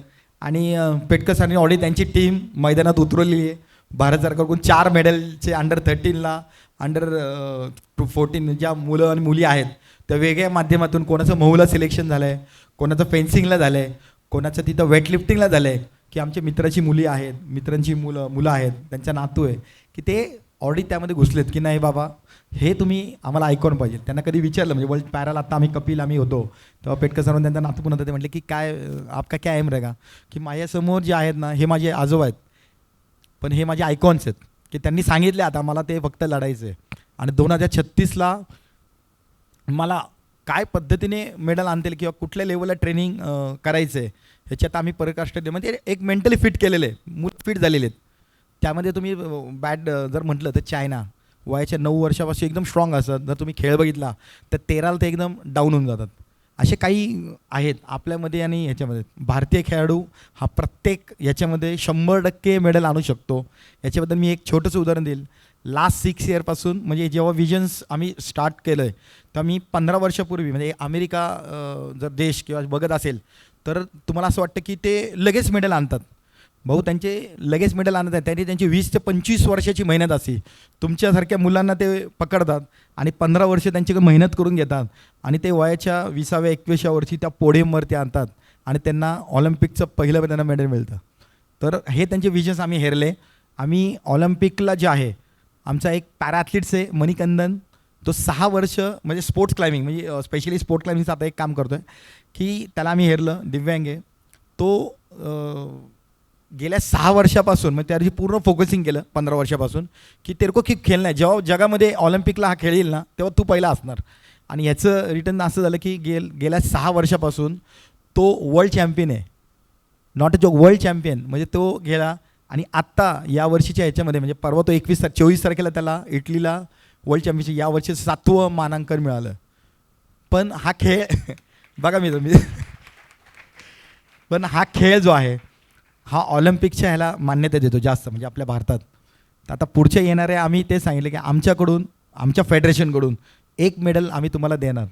मग त्यासाठी मग आता जे आहे म्हणजे आता हा खेळ माझा 2018ला पहिल्यांदा एशियन्सला आला. मी स्वतः तिथे गेलतो पेलंबमला. 2 नंबरला 2020ला कोरोनाला जपानला पहिला इंट्रोड्यूस झाला. आणि यावर्षी 2024पासून त्यांनी सांगितलं की पॅरा ॲथलीटसाठी आम्ही 2028ला पहिल्या मॅचेस घेणार. तर ही खूप मोठी गोष्ट आहे. तर विजन्स तुमचे स्ट्रॉंग पाहिजे. आणि आमचा पूर्ण सहकार्य आज इंडियन आर्मीसुद्धा सांगतं की जर तुमच्याकडे टॅलेंटेड मुलं असतील त्यांच्या खेळाची तर तुम्ही आम्हाला सांगा आणि आम्ही त्यांना देऊ. आईबाबांना कधी सांगायचं की पैसे खर्च करायचे नाहीत खेळासाठी. कुठल्याही मुलांनी पैसे खर्च करायचे नाहीत. गव्हर्नमेंटच्या खूप स्कीम्स आहेत मित्रांनो. फक्त तुम्ही अपडेट राहा की खेलो इंडिया आहे, फिट इंडिया आहे. तुम्ही गव्हर्नमेंटच्या साईटवरती हे करत जा आणि याच्यात तुम्ही एका प्लॅटफॉर्मवर द्या. स्टेटला खेळा, स्टेट किंवा नॅशनलमध्ये या, ॲटोमॅटिक तुम्हाला कॅच करतील. आमचं फेडरेशन आहे, गो स्पोर्ट्स फाउंडेशन म्हणून आहे. अशा बऱ्याचशा संस्था आहेत की जे मुलांना खेळासाठी हे करतात म्हणजे प्रमोट करतात. मी मुलांनी तिथंच राहावं त्यांच्यासाठी एक छान कोच दिला जातो. त्यांना न्यूट्रिशन्स आहे, काय काय माहिती असेल. दुसरा एक प्रश्न होता की सरांना प्रश्न विचारला की शिक्षणाबद्दल काय. तर आमचं स्ट्रॉंगली मत आहे की शिक्षण हे पाहिजे. जर मी आज आपलं भारताच्या 140 कोटी लोकांना एक ॲथलीट्स तो रिप्रेझेंट करत असेल तर त्याला इंग्लिश यायला पाहिजे आंतरराष्ट्रीय लेवलवर. त्याला तिथं बोलता यायला पाहिजे. जरी काही हे असेल तर त्यांनी ते शिकायला पाहिजे की प्रत्येक दिवस जो आहे ना तो शिकण्याचा आहे. तर माझं उत्तर तेच असेल की तुम्ही अपडेटेड राहा. थँक्यू. आता माझी संपूर्ण माहिती ऐकली, मुलांनी सांगितली, सरांनी म्हणून विचारलं क्वेश्चन. तर आत्तापर्यंत काय होतं की जो गेस्ट आहे तो काय सांगेल ते ऐकायचं असं निघून जायचं, असं चालत होतं. आता हे बंद करायचं आहे. आता मी आपल्या पुढं उभा आहे, गेस्ट आहेत, प्रतिनिधी आहेत. तर आपल्याला कुणाला काय क्वेश्चन असेल, प्रश्न असेल तो तुम्ही विचारावं. जय हिंद, वंदे मातरम सर. मला खूप आनंद होतो आहे की आज आपण इथे आलात आणि जी काही आपण विद्यार्थ्यांना मार्गदर्शन केलं आहे, तर मला निश्चितच असं वाटतं की भविष्यात एक पद्म फेस्टिवल हे छत्रपती संभाजीनगरमधल्या विद्यार्थी जे पद्म पुरस्कार मिळवतील त्यांच्यासाठी घ्यावं लागेल असं वाटतंय. सर, मला एक प्रश्न असा विचारायचा होता आपल्याला की पद्म पुरस्कार आपल्याला मिळाला, तर पद्म पुरस्कार मिळाल्यानंतर आपली भावना काय होती? पद्म पुरस्कार अवॉर्ड्स चालू केलं हे बरेच वर्षापासून मिळतं. पद्मभूषण सगळ्यात भारी अवॉर्ड आहे. आता अर्जुन अवॉर्डला 15 लाख रुपये मिळतात, पद्मभूषणला काही मिळत नाही. पण ओटाप्स म्हणजे त्यांची इज्जत म्हणजे पद्मश्री मिळालेल्या माणसाला असं बोलवलं पद्मश्री सर म्हणून बोलवतात, तसं बाकी लोकांना सर म्हणून असं आवाज येत नाही. तर पद्मश्री ही भारताची सगळ्यात मोठा पुरस्कार आहे ज्याची सर्वांनी इज्जत रिस्पेक्ट करावी हे करतो. आणि हे पद्म पुरस्कार चाललं तर यामुळं डिसिप्लिन आपल्या भारत पद्म पुरस्कार मिळाल्यामुळं डिसिप्लिन ही जोरात चांगली चालू आहे. कारण काय, पद्मश्री माणसाला जो माणूस घाबरतो तर दुसऱ्या माणसाला कुठल्या आवडता घाबरत नाही. तर पद्म पुरस्कार हे चालू केले तरी असं चालू ठेवावं हीच करावं. सगळ्यात पहिल्यांदा एकतर मुरलीकांतजींना मी प्रत्यक्ष बघतोय आम्ही, सगळ्यांच्या विद्यार्थ्यांच्या आणि पालकांच्या सगळ्यांच्या वतीने मी अगोदर म्हणजे त्यांना खूप म्हणजे मानते की आज प्रत्यक्ष भेटता आलंय. दुसरं म्हणजे मी प्रश्न विचारण्याचं कारण माझा मुलगा रुद्र पांडे हा पॅरा इंटरनॅशनलसाठी आत्ता तायक्वोंदो खेळातनं जाऊन आला आहे मलेशियाला. तर पालक म्हणून आम्हाला जी लढाई लढावी लागती आहे, गेले 16 वर्ष झाले आम्ही पॅरा प्लेयरसाठीचे जे आम्ही शोधतो आहोत किंवा दादा आत्ता जसं म्हणाले की तुम्ही अपडेट राहा, तसं आम्ही 16 वर्षापासून, त्याच्या वय आत्ता 16 आहे पण 16 वर्षापासून आम्ही अपडेट राहतोय. पण पॅरा खेळाडूंसाठीच्या ज्या सोयीसुविधा आहेत त्या बऱ्याचशा स्थानिक पातळीवर पोहोचत नाहीत. तर ती एक खंत आहे आणि त्या संबंधित प्रश्न पण आहेत की आमच्यासारख्या पालकांनी अजून काय करावं आणि आम्ही अजून पालकांना जे आम्ही त्यांना अजून उद्युक्त करणार आहोत त्यासाठी आम्ही काय करायला पाहिजे. ॲक्च्युली मी उत्तर देतो याचं की बघा, मी सांगितलं की सगळ्यात पहिलं म्हणजे जे ऑलिम्पिकला खेळ आहेत त्याच खेळाशी आपल्या मुलाला खेळायला लावायचं. पहिली गोष्ट, भारतामध्ये महाराष्ट्रात बऱ्याचशा असतात त्या फेडरेशनच्या इश्यू असतात. आपण आपल्या मुलात तोच खेळ खेळायला लावायचा की जो खेळ फेडरेशनशी रिलेटेड आहे, ज्याचं मानांकन जागतिक लेवलवरती आहे.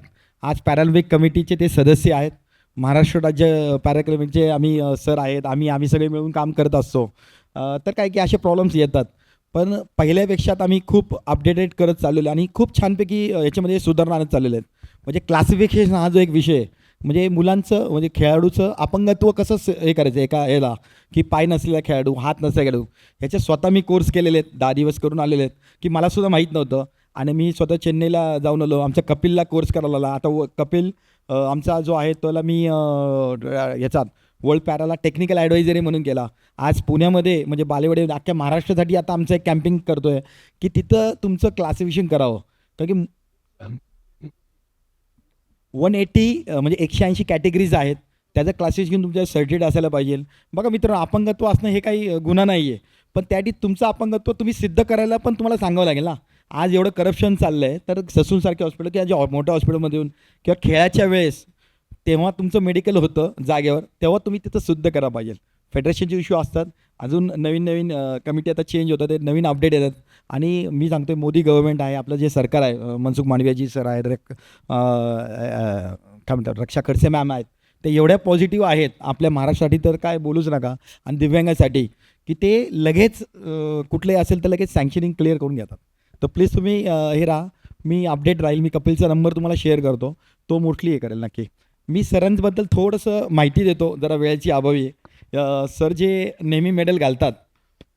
Thank you so much sir. आहे की नाही. तर तुम्हाला इथं सगळं सर एकदा कॅमेरा लावता इथं माझ्याकडं. ओके मित्रांनो, इंडियन आर्मी कोण जॉईन करू इच्छितो? Army, navy, air force. चलो आपके लिए स्पेशल. Okay start. 1965चं हे वॉर मेडल आहे. तुम्हाला दिसते माझं 3 नंबरचं मेडल. बाबा ॲक्च्युअली युद्धामध्ये जे सहभाग झाला त्याचं हे मेडल आहे. 2 नंबरला जे आहे त्याला म्हणतात स्टार समर सेवा मेडल. म्हणजे ॲक्च्युअलमध्ये त्यांनी युद्ध लढलं. असं जर का स्टार नावाचं कोणाकडे असेल तर लक्षात ठेवायचं हा माणूस डेंजर आहे काहीतरी. मी आणि काहीतरी कांड करून आलेला आहे बाहेर जाऊन. ओके म्हणजे ह्या छोट्या क्लिप्स मी तुमच्या भाषेत सांगितल्या की नेहमी त्यांचा रेस्पेक्ट करा की तो साधा नाही आहे. ओके. 3 नंबरला वुंड मेडल की बाबा त्या वॉरमध्ये जखमी झाले म्हणजे यांच्यासाठी जे आहे हे मेडल देण्यात आलं की वुंड मेडल त्याला म्हणतात, अहम मेडल म्हणतात. त्यानंतर 1968 ते 1971पर्यंत स्टॉक मेडल त्यांचे आंतरराष्ट्रीय मेडल्स आहेत. हे जे आहेत सगळे ह्या मेडलच्या मागं म्हणजे पूर्वी सर्टिफिकेट देत नव्हते त्या सर्टिफिकेटच्या ऐवजी त्या मागं लिहिले मेडलचा मुरलिका M.R. Petkar 50 metre free style first place, shot put दुसरा प्लेस, जॅव्हलिंग पहिला प्लेस. हे असे ते जे आणि हे जे आहेत ना हे सोन्यापेक्षा महाग म्हणजे प्लॅटिनम गोल्ड याचे ते मेडल्स आहेत. हे EME प्रत्येक शाळेचा जसा बॅच असतो त्यांचा EME कोर्सचा बॅच आहे. मी EMEबद्दल एक छोटंसं सांगू शकतो की यांचा अजून एक गुरु म्हणजे एक आयकॉन होते ते होते म्हणजे मल्का सिंग सर. माहिती मल्का सिंग सर कोण? ज्यांचा ऑलिम्पिकला 4th प्लेस होता आणि EMEचे ते सुद्धा EMEचे होते. म्हणजे त्यांच्या सरांपेक्षा 6 वर्ष ते सिनियर आहेत म्हणजे आता ते हयात नाही आहेत. आणि बाबा जेव्हा जॉईन झाले सिकंदराबादला तेव्हा ते प्रॅक्टिस करायचे आणि तेव्हा त्यांच्या डोक्यात ब्ल्यू जर्सी हे इंडियन आर्मीचं प्राईड असतं की ते ब्ल्यू जर्सी रेग्युलरली घालतात. आणि तेव्हापासून ठरवलं की मी पण मल्का सिंग सरांसारखं इंडिया टीममध्ये घुसणार सर्व्हिस टीममध्ये. आणि ते स्वप्न बघणं स्टार्ट केलं की मला पण तसंच व्हायचं की एक रेस्पेक्ट असतो. तुमच्यासमोर जे व्यक्ती बसलेले आहेत ते आहेत 75 अमृत महोत्सवचे राष्ट्रीय सदस्य. जे सेंट्रलची एक मीटिंग असती ना की जे 200 लोक 160 लोक कामं करतात की तुम्हाला असं वाटलं असेल की 75 वर्ष झाले म्हणजे सगळं झालं. तर याचे कंटिन्यू मीटिंग्स असतात, पॉईंट्स असतात. तुमच्याशी संवाद साधल्याने मला काय कळतं आहे की मला काय मुलांकडून घेणं आहे आणि आता गव्हर्नमेंटला मला काय द्यायचं आहे इथं आजच्या मीटिंगमधून हे आम्ही पॉईंट त्यांना रेज करतो, त्यांना सांगतो. मग या तळागाळाच्या गोष्टीत इकडचे पॉईंट्स आम्हाला ते सांगून आपला भारत स्वच्छ आणि सुंदर करत आम्ही ते काम एक छोटंसं करत असतो. नंतर हे पॅरालिम्पिक कमिटीचे सदस्य आहेत. हे दिसलं तुम्हाला PCIचं एक. आणि यावर्षी 26 जानेवारीची परेड किती जणांनी पाहिली TV मध्ये? Okay thank you. काय विशेष काय वाटलं का? तर यावर्षी एक विशेष असं होतं की परमवीर चक्र जे होते पहिले टॉपचे 3 जण येतात आणि त्यांच्यानंतर यावर्षी एक टॅब्लू होता की भारताचे जे टॉपचे 10 असतात इंडियन नेव्ही, एअरफोर्स आणि आर्मीचे त्यातलं सगळ्यात पहिलं पेटकर सर त्या यावर्षी रिपब्लिक डेला होते आणि त्यांचं नाव या रिपब्लिक डेच्या पहिलं नाव त्यांचं घेण्यात आलं. आणि नंतर परेड स्टार्ट झाली म्हणजे त्यांनी राष्ट्रपतींना वंदन केलं आणि राष्ट्रपतीं थ्रू वंदन स्वीकारल्यानंतर परेड स्टार्ट होती. तर यावर्षीचा मान मुरलीकांत पेटकर सरांना होता. ते नेहमी एक मेडल त्यांचं 1972चं जे मेडल आहे त्याची एक रिप्लिका लावतात. ते खेलो इंडियाचे सदस्य आहेत. ते 2 राष्ट्राच्या समितीवरती आहेत आणि ते रोटरियन्स लायन्स क्लबचे लाईफ मेंबर आहेत. आणि सगळ्यात महत्त्वाचं की ते नेहमी जे आहे ना हे पद्म अवॉर्ड लावतात. हे दिसलं तुमच्या इथं हे पद्म अवॉर्ड लावतात. आणि आमची अशी इच्छा आहे की हे पद्म अवॉर्ड तुम्हाला मिळावं, तुम्हाला तुमच्या क्षेत्रामध्ये मिळावं. बरं तुम्ही डॉक्टर असू, इंजिनियर व्हाल, तुम्ही एक शिक्षक असाल किंवा तुम्ही कुठल्याही ग्राउंड सर्वसामान्य पण तुम्हाला तुमच्या कार्यक्षेत्राबद्दल मिळावं. आणि म्हणून सर हे लावतात. तर थँक्यू सो मच. आणि एकच की सरांनी जे ही ॲक्टिव्हिटी केली तुम्हाला सगळ्यांना हसायला आलं असेल की अरे हे सर काय करत होते पेटकर सर. तर 1965ला अली सर जेव्हा हे सर अली सर जे जापानला गेले ते सरांबरोबर तेव्हा ते एक शाळेच्या विद्यार्थ्यांशी बघत होती. सगळी मुलं असंच काहीतरी करत होते.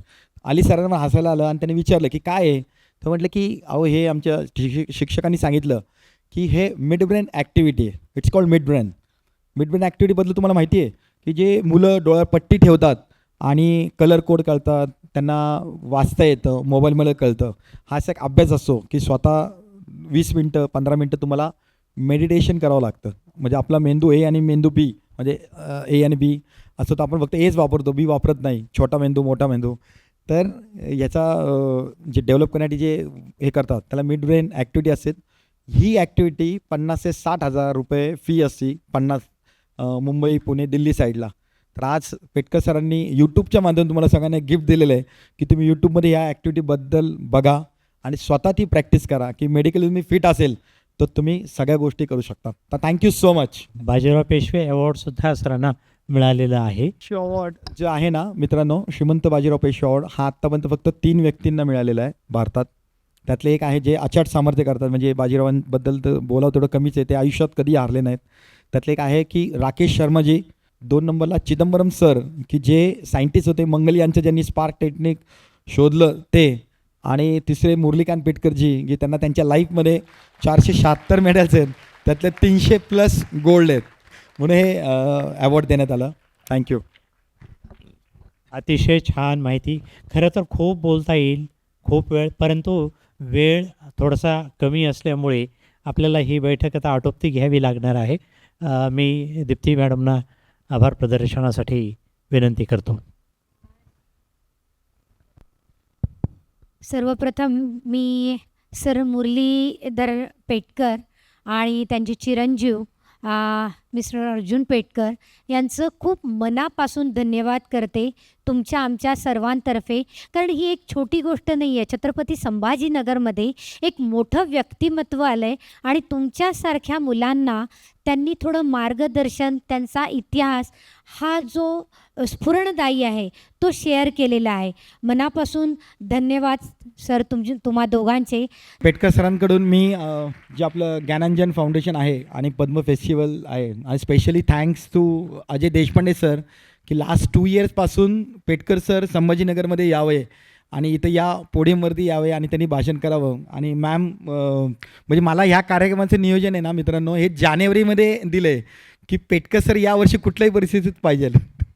तर मी थँक्यू सांगतो की खूप छान आम्हाला इथं बोलल्याबद्दल आम्ही मनापासून आभारी आहोत.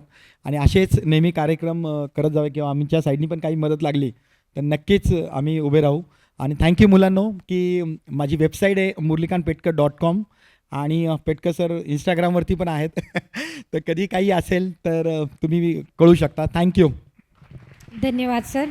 मित्रांनो, आमचा एक स्लोगन असतो चंदू चॅम्पियन फिल्ममधला की बाबा थोडे पुढे येतील, तुम्ही तुमचा राईट हँड वरती करा, तुम्ही म्हणणार चंदू नाही चॅम्पियन हूँ मैं, चंदू नाही चॅम्पियन हो, राईट हँड.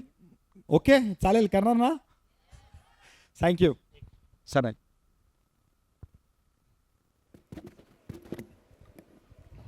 भारत माता की जय. वंदे वंदे. ओके, रेडी सगळे? येस. 2 मिनटात. चंदू नाही चॅम्पियन हो गया, चंदू नाही, चंदू नाही. थँक्यू.